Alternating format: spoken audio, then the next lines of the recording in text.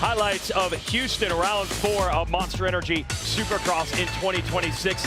Close competition coming into the race, and then the Triple Crown format. We knew it would be great, and it did not disappoint. Yeah, I'm tired of, like, everyone says, why you love the Triple Crowns so much? Because of tonight. I mean, it just brings the action every single race. It puts these guys in a situation.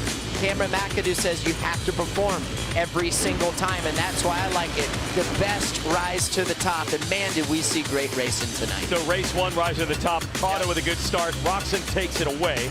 Eli Tomac, though, making moves way back. He was. He made some key passes, and that would go on to eventually pay him forward in that final position, overall position, after that gnarly crash he took in the second race. But Chase Sexton, he rode well at moments here tonight, but it just seemed like 1 minute he was good, then 1 minute he was struggling a little bit. Hopefully he's okay with the bike and all that stuff, but man, he's fast at times. More moves from Tomac. Started 9th, even around Webb here, trying to stalk both Prado and Lawrence. Webb looking to come back on Tomac. This is the type of racing that you saw all night.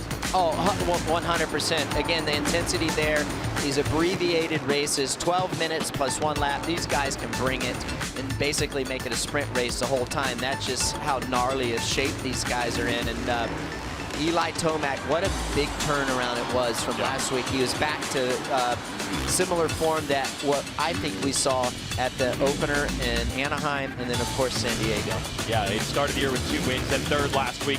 He's moving forward, and then a surprising mistake here from Hunter Lawrence. Yeah, and Hunter talked about it, and Johnny O talked about it. This is what cost him the overall. And really, there's nothing else to say other than that. You live and learn, and you know you can't make those costly mistakes at this level.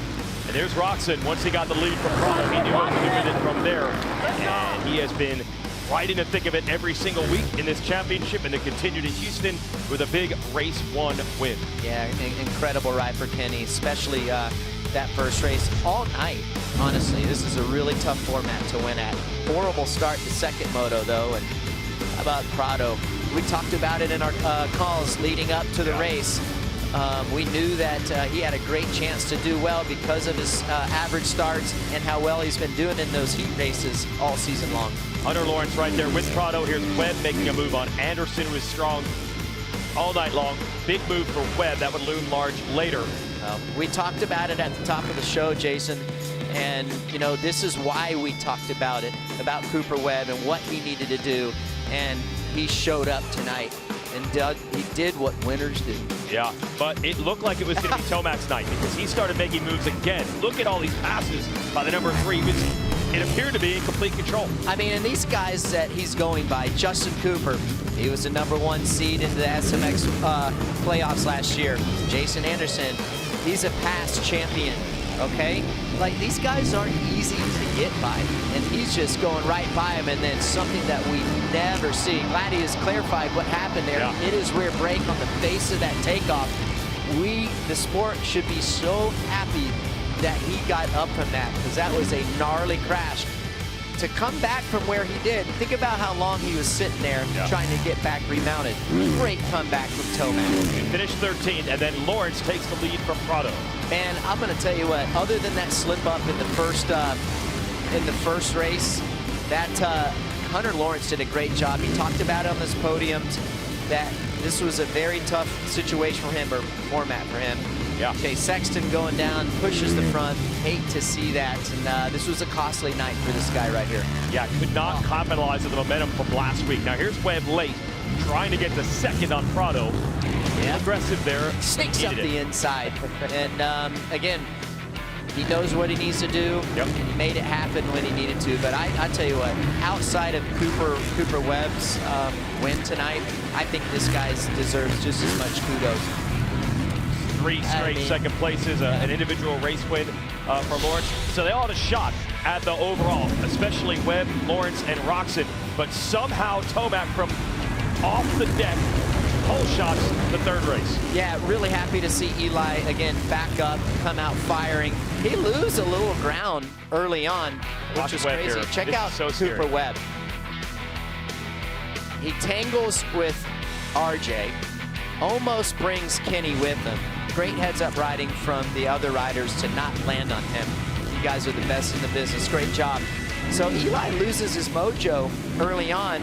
Wasn't sure what was going on. I thought maybe he was hurting from that crash, rightfully so. Great pass by Hunter Lawrence, perfect execution inside. We talked about that early on in the show, like keep an eye out on that inside.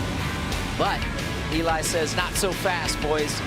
Clicks it into another gear. Beast mode activated. He'll march up to the front, get into that lead by Jason Anderson right here. Goes up the inside, drives through that double. It was a little bit smoother in the middle of that jump face, so he's able to push through the takeoff. Just incredible. Yeah. That bounce back. And here's Lawrence moving up. And at this point, he was actually in control of the overall. Yeah. Great ride again by Hunter. Man, there's so much action happening here. Now you got Sexton and Roxanne Webb is up there as well. And all these positions between Roxanne Webb and Lawrence are affecting the overall win for the night. Well, what was crazy is Sexton was catching up. Yeah. Right? And I'm like, oh, dude, he's going to win. I was thinking that in the back of my mind. But then he messed up this rhythm lane, and it just never seemed like he recovered from that point on. Right there. Yeah. And then, it's like he never recovered from that. Went backwards. 21 used him up in that corner, and then Kenny gets by him. I think Coop ended up getting by him there as well. Yeah. So, one mistake, brutal three passes. Yeah, and he couldn't recover from it. Now Webb is going after Anderson.